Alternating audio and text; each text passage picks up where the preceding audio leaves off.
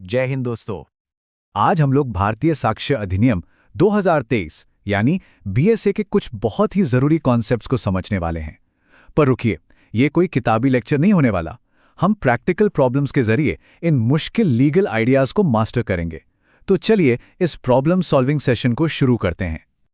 तो आज हम क्या क्या कवर करने वाले हैं? सबसे पहले कोर्ट में एक्सपर्ट का क्या रोल होता है, फिर कौन एक कॉम्पिटेंट विटनेस बन सकता है, उसके बाद समझेंगे कि प्रूव्ड या साबित होने का असली मतलब क्या है, फिर हम बात करेंगे प्राइमरी एविडेंस की जिसे गोल्ड स्टैंडर्ड माना जाता है, और आखिर में लीडिंग क्वेश्चंस पूछने की कला पर। तो ये 5 चीजें हैं जो हम आज डिटेल में समझेंगे। चलिए पहले वाले से शुरू करते हैं। ठीक है, तो हमारा पहला सवाल है, विशेषज्ञ की राय या एक्सपर्ट ओपिनियन का कानूनी मतलब क्या है? ये एक बहुत ही फंडामेंटल कॉन्सेप्ट है और सच कहूं तो कई मामलों में ये गेम चेंजर साबित हो सकता है। देखिए, कानून का एक जनरल रूल है कि गवाह कोर्ट में सिर्फ फैक्ट्स बताते हैं, अपनी राय या ओपिनियन नहीं। लेकिन बीएसए का सेक्शन 39 इस रूल का एक बहुत ही जरूरी एक्सेप्शन है। ये सेक्शन कहता है कि जब भी कोर्ट को किसी ऐसे मामले पर फैसला लेना हो जिसमें कोई खास स्किल या नॉलेज की जरूरत हो, जैसे कि साइंस, आर्ट, कोई विदेशी कानून या फिर हैंडराइटिंग और फिंगरप्रिंट मैचिंग, तो उस फील्ड के एक्सपर्ट की राय को एक रेलेवेंट फैक्ट यानी सुसंगत तथ्य माना जाएगा। जैसे किसी शूटिंग केस में बैलिस्टिक एक्सपर्ट की राय कि गोली किस बंदूक से चली, ये एक एक्सपर्ट ओपिनियन है।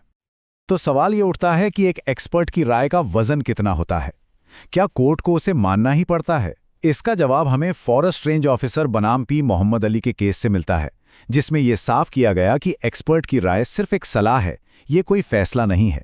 कोर्ट उस पर विचार जरूर करती है, लेकिन आखिरी फैसला जज का ही होता है।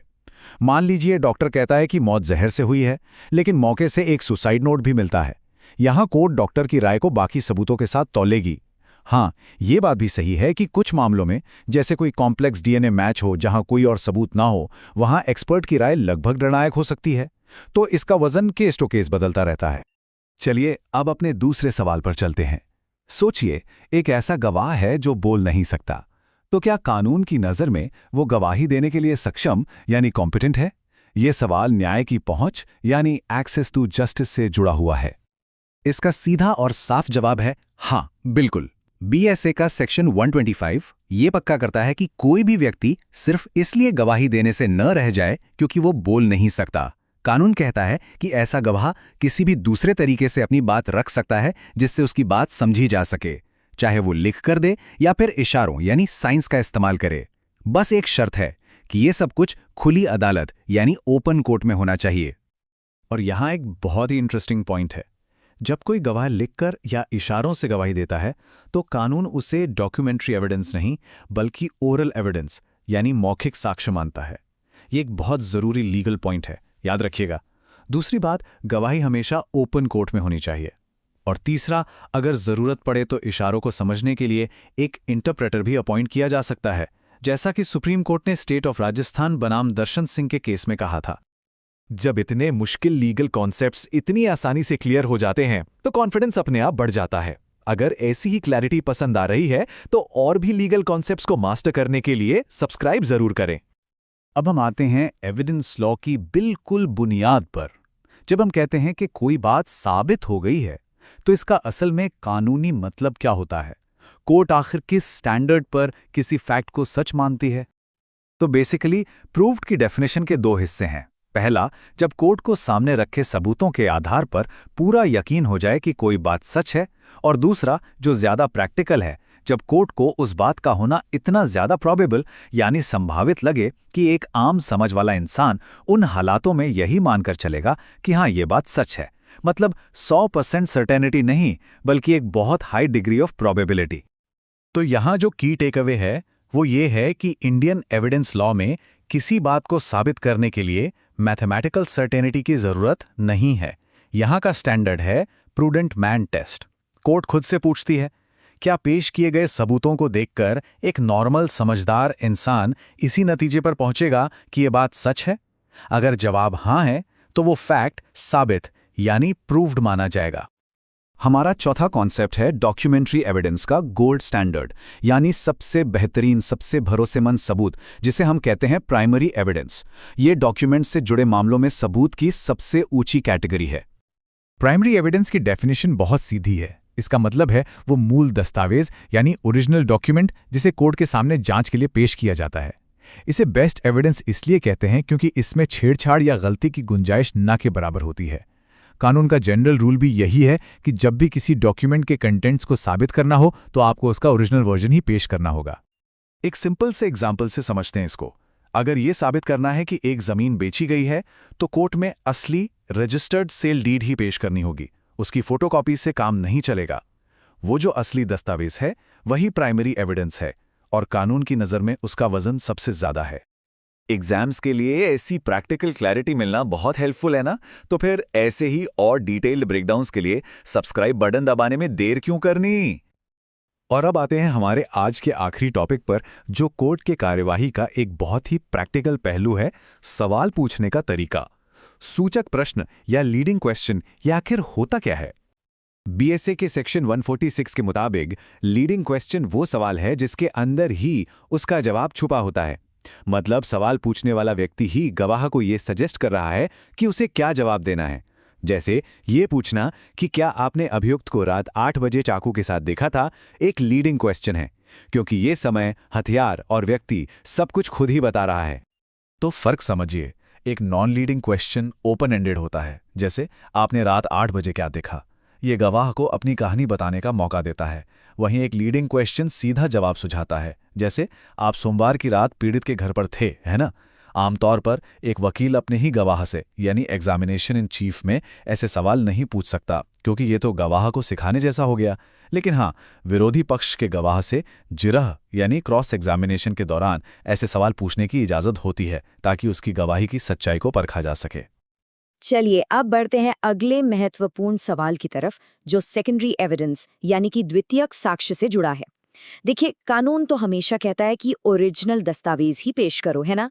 लेकिन सोचिए, क्या हो जब ओरिजिनल हो ही नहीं या मिल ही ना रहा हो? बस यहीं पर सेकेंडरी एविडेंस का कॉन्सेप्ट पिक्चर में आता है।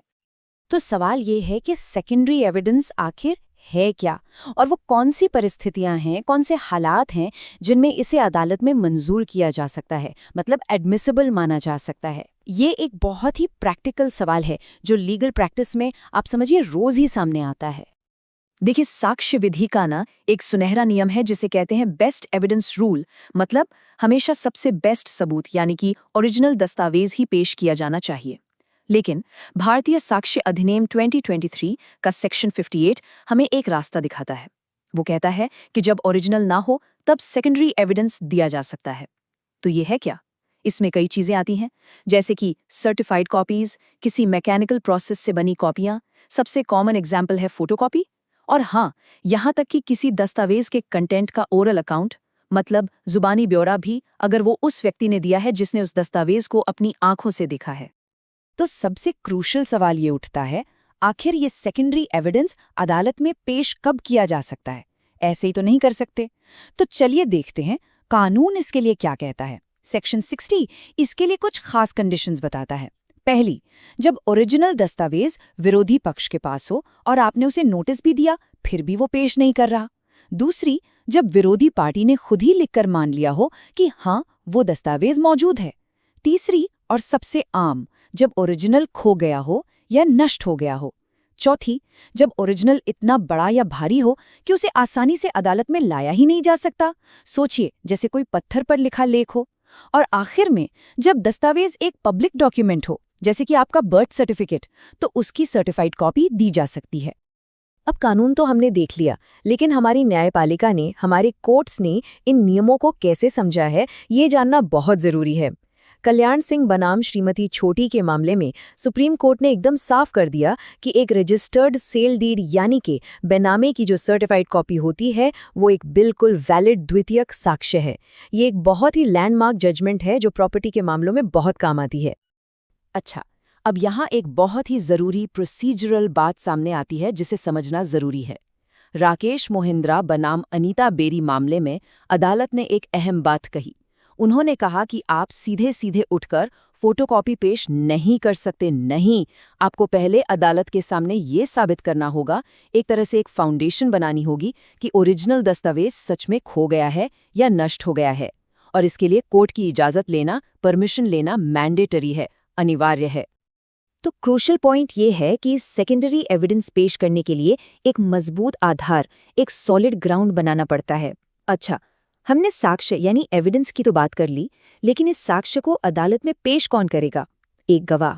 तो सवाल उठता है कि गवाही दे कौन सकता है? चलिए अब गवाह की सक्षमता यानी विटनेस कॉम्पिटेंसी पर बात करते हैं। तो अगला सवाल है, गवाही कौन दे सकता है? Who may testify? और इसी में एक बहुत ही दिलचस्प हिस्सा जुड़ा है। क्या एक जज या मैजिस्ट्रेट एक कॉम्पिटेंट विटनेस मतलब एक सक्षम गवाह हो सकता है? चलिए इसको समझते हैं।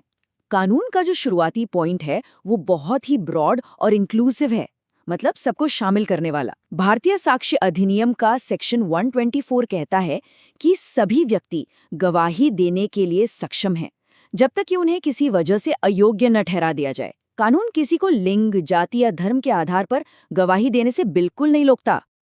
लेकिन इस जनरल रूल के कुछ एक्सेप्शंस भी हैं। अदालत किसी व्यक्ति को गवाही देने के लिए अयोग्य ठहरा सकती है अगर कोर्ट को लगता है कि वो व्यक्ति पूछे जा रहे सवालों को समझ ही नहीं पा रहा या फिर उनका एक रैशनल, एक तर्कसंगत जवाब देने में असमर्थ है। इसकी वजह क्या हो सकती है? जैसे बहुत कम उम्र का होना, बहुत ज्यादा बुढ़ापा या शरीर या मन की कोई ऐसी बीमारी जिसके कारण व्यक्ति की समझने की शक्ति पर असर पड़ा हो। जैसे बच्चों के मामले में रमेश्वर बनाम स्टेट ऑफ राजस्थान केस में सुप्रीम कोर्ट ने कहा था कि एक बच्चा भी गवाह हो सकता है अगर वो सच बोलने की जिम्मेदारी को समझता है। ऐसे ही कई इंपॉर्टेंट लीगल पॉइंट्स हैं। और अगर आपको ये एक्सप्लेनेशन समझ आ रहा है तो चैनल को सब्सक्राइब जरूर करें ताकि आगे के क्वेश्चंस मिस ना हो। चलिए अब सवाल के दूसरे हिस्से पर आते हैं, जज या मैजिस्ट्रेट। सेक्शन 127 के मुताबिक एक जज टेक्निकली तो एक कॉम्पिटेंट विटनेस है, लेकिन उन्हें कुछ विशेष अधिकार, कुछ प्रिविलेजेस मिले हुए हैं। जैसा कि आप देख सकते हैं, एक जज को उनके न्यायिक आचरण मतलब कोर्ट में उनके कंडक्ट के बारे में या जज के तौर पर उन्हें मिली जानकारी के बारे में गवाही देने के लिए मजबूर नहीं किया जा सकता। और ये कानून के बनाए हुए संतुलन को, उस बैलेंस को बहुत अच्छे से दिखाता है। कानून हमारी न्यायपालिका की स्वतंत्रता की रक्षा करता है। इसको एक उदाहरण से समझिए। अगर कोई जज सुबह सैर पर जाते हुए कोई हत्या होते देख लें तो वो एक आम नागरिक की तरह गवाह बन सकते हैं, लेकिन उनसे ये नहीं पूछा जा सकता कि उन्होंने अपने कोर्ट में किसी केस की सुनवाई के दौरान क्या सोचा या क्या किया। ये फर्क करना बहुत जरूरी है। तो हमने साक्ष्य और गवाह दोनों को समझ लिया, लेकिन अब हम साक्ष्य विधि के एक बहुत ही बुनियादी, एक फाउंडेशनल प्रिंसिपल पर आते हैं जो रेलेवेंसी और एडमिसिबिलिटी के बीच के फर्क को समझाता है। सवाल ये है, सुसंगतता और ग्राह्यता न तो समानार्थी हैं और न ही एक दूसरे में शामिल हैं। मतलब relevancy and admissibility are not synonymous. कहा जाता है कि ये स्टेटमेंट साक्ष्य विधि की आत्मा है, उसका सोल है। चलिए इसे समझते हैं। इस अंतर को समझने का सबसे आसान तरीका है रेलेवेंसी यानी सुसंगतता। लॉजिक का सवाल है, क्या एक तथ्य दूसरे तथ्य के होने या न होने की संभावना को बताता है? ये एक लॉजिकल कनेक्शन है। वहीं दूसरी तरफ एडमिसिबिलिटी यानी ग्राह्यता कानून का सवाल है। ये एक लीगल फिल्टर है। कानून कुछ तथ्यों को अदालत में पेश करने से रोकता है ताकि फेयरनेस बनी रहे, कुछ रिश्तों का सम्मान बना रहे और ट्रायल पर कोई गलत असर न पड़े। जैसा कि आप देख सकते हैं, रेलेवेंसी एक बड़ा दायरा है, जबकि एडमिसिबिलिटी एक छोटा और ज्यादा सख्त दायरा है। इसको एक उदाहरण से समझते हैं, जहां कोई चीज रेलेवेंट तो है पर एडमिसिबल नहीं है। मान लीजिए एक पति अपनी पत्नी को किसी अपराध के मोटिव के बारे में कुछ बताता है। अब ये मोटिव केस के लिए लॉजिकली तो बहुत रेलेवेंट है, लेकिन बीएसए का सेक्शन 128 पति पत्नी के बीच हुई ऐसी बातचीत को प्रिविलेज्ड कम्युनिकेशन मानता है, उसे प्रोटेक्ट करता है। ऐसा इसलिए ताकि शादी के रिश्ते का विश्वास बना रहे। तो यहाँ कानून की नज़र में ये तथ्य रेलेवेंट होते हुए भी इनएडमिसिबल हो गया। अब इसका उल्टा सोचते हैं, क्या कोई चीज एडमिसिबल हो सकती है भले ही वो केस के मुख्य तथ्यों से सीधे तौर पर रेलेवेंट न लगे? जी हाँ, जैसे क्रॉस एग्जामिनेशन के दौरान किसी गवाह के कैरेक्टर पर सवाल पूछे जाते हैं ताकि उसकी विश्वसनीयता पर शक पैदा किया जा सके। बीएसए का सेक्शन 150 ऐसे सवालों की इजाजत देता है, भले ही वो सीधे केस से न जुड़े हों। तो यहाँ कानून एडमिसिबिलिटी दे रहा है, चाहे रेलेवेंसी थोड़ी कम ही क्यों ना हो। तो क्रक्स क्या निकला? द क्रूशल पॉइंट इज कि सभी एडमिसिबल एविडेंस को रेलेवेंट होना ही पड़ेगा, लेकिन हर रेलेवेंट एविडेंस एडमिसिबल हो ये जरूरी नहीं है। राम बिहारी यादव बनाम बिहार राज्य के मामले में सुप्रीम कोर्ट ने इस बात को बहुत ही खूबसूरती से समझाया था कि ग्राह्यता के नियम सुसंगतता के नियमों से अधिक कठोर हैं। मतलब एडमिसिबिलिटी एक लीगल गेटकीपर है जो सिर्फ कुछ ही रेलेवेंट तथ्यों को अदालत के अंदर आने की इजाजत देता है। चलिए अब एक ऐसे सवाल पर आते हैं जो लॉ स्टूडेंट्स के लिए हमेशा से एक इम्पॉर्टेंट टॉपिक रहा है। सवाल ये है कि पिछले कोर्ट केसेस के फैसले यानी प्रीवियस जजमेंट्स नए मामलों में कब और कैसे रेलेवेंट हो जाते हैं। ये कानून का एक बहुत ही प्रैक्टिकल और कभी-कभी काफी ट्रिकी पहलू है। तो सवाल यही है कि आखिर वो कौन सी सर्कमस्टांसेस हैं, वो कौन से पर्पसेस हैं जिनके लिए पुराने जजमेंट्स को रेलेवेंट माना जा सकता है। देखिए, फंडामेंटली तो हर केस अपने फैक्ट्स और एविडेंस पर चलता है, लेकिन जैसा कहते हैं ना, हर रूल का एक एक्सेप्शन होता है। आइए इन्हीं एक्सेप्शंस को डिटेल में समझते हैं। सबसे पहले जनरल रूल को पकड़ते हैं। एविडेंस लॉ का एक सीधा सा उसूल है। उस उसूल के मुताबिक हर केस को उसके अपने फैक्ट्स और एविडेंस के बेसिस पर ही डिसाइड किया जाना चाहिए। इसका मतलब साफ है, एक केस का फैसला आमतौर पर किसी दूसरे केस में रेलेवेंट नहीं होता। लेकिन अब आती है असली बात, एक्सेप्शंस। भारतीय साक्ष्य अधिनियम 2023 के सेक्शंस 34 से 38 इस जनरल रूल के एक्सेप्शंस को ही डील करते हैं। पहला है सेक्शन 34 यानी रेस जुडिकाटा। सिंपल भाषा में, अगर कोर्ट ने किसी मामले पर फाइनल फैसला दे दिया है तो आप उन्हीं पार्टीज के बीच उसी मुद्दे पर बार बार केस नहीं कर सकते। ये लिटिगेशन को हमेशा के लिए चलने से रोकता है। दूसरा है सेक्शन 35 जजमेंट्स इन रेम। ये वो फैसले हैं जो सिर्फ पार्टीज पर नहीं बल्कि पूरी दुनिया पर लागू होते हैं, जैसे डिवोर्स का फैसला। फिर है सेक्शन 36 जो पब्लिक नेचर के मामलों जैसे किसी सड़क के इस्तेमाल के हक से डील करता है। सेक्शन 37 तब काम आता है जब पिछला जजमेंट खुद ही नए केस में एक जरूरी फैक्ट बन जाए। और आखिर में सेक्शन 38 जिसके जरिए ये साबित किया जा सकता है कि पिछला फैसला ही फ्रॉड या कल्यूजन से लिया गया था। इस कॉन्सेप्ट को और बेहतर समझने के लिए KG Premshankar versus inspector of police का लैंडमार्क केस देखते हैं। इसमें सुप्रीम कोर्ट ने एक बहुत जरूरी बात साफ की। उन्होंने कहा कि एक सिविल कोर्ट का फैसला क्रिमिनल कोर्ट पर बाइंडिंग नहीं होता और ना ही क्रिमिनल कोर्ट का सिविल कोर्ट पर। हाँ, लेकिन जो एक्सेप्शंस हमने अभी डिस्कस किए उनके बेसिस पर इन जजमेंट्स को रेलेवेंसी जरूर मिल सकती है। तो ये तो हुई पिछले जजमेंट्स की बात।